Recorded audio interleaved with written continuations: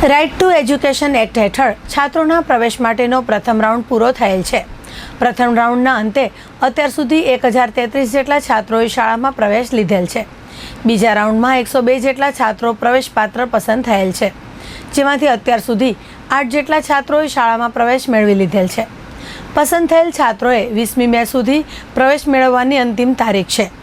આ અંગે જિલ્લા પ્રાથમિક શિક્ષણાધિકારી શ્રી ભૂપેન્દ્રસિંહ વાઘેલાએ ચંચળ ન્યૂઝ સાથે વાત કરી હતી। કચ્છ જિલ્લાની જાહેર જનતાને ખાસ જણાવવાનું કે આપ સૌ જાણો છો એ પ્રમાણે નામદાર સરકારશ્રીની રાઇટ ટુ એજ્યુકેશન અંતર્ગત જે 25% જે ફ્રી પ્રવેશની આખી જોગવાઈ છે એ અંતર્ગત આપણે જ્યારે પ્રથમ રાઉન્ડ કર્યો તો એની અંદર જે રીતે વિધિવત આખી એક પ્રક્રિયા ગોઠવાયેલી હતી અને આખી ઓનલાઈન પ્રોસેસ છે અંતર્ગત આપણને કુલ 5749 જેટલી અરજી મળેલી।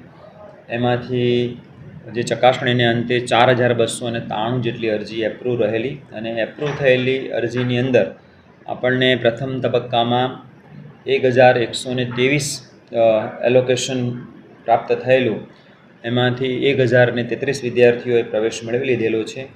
હવે જ્યારે બીજો રાઉન્ડ છે ત્યારે 102 વિદ્યાર્થીઓ પ્રવેશપાત્ર બીજા રાઉન્ડ માટે થયા છે।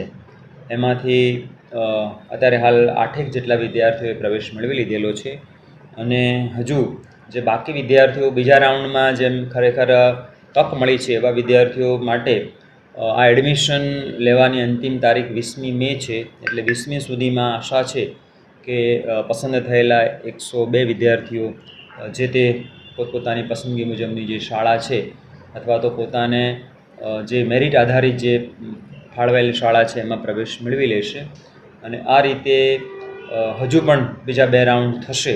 એટલે સરેરાશ દર વર્ષે આપણે એ રીતે 4 રાઉન્ડને અંતે આખી પ્રક્રિયા સંપન્ન થતી હોય છે। આપણે હમણાં જ મેં વાત કરી એ પ્રમાણે કુલ આ વખતે બીજા તબક્કામાં 102 વિદ્યાર્થીઓનું એલોકેશન થયું છે।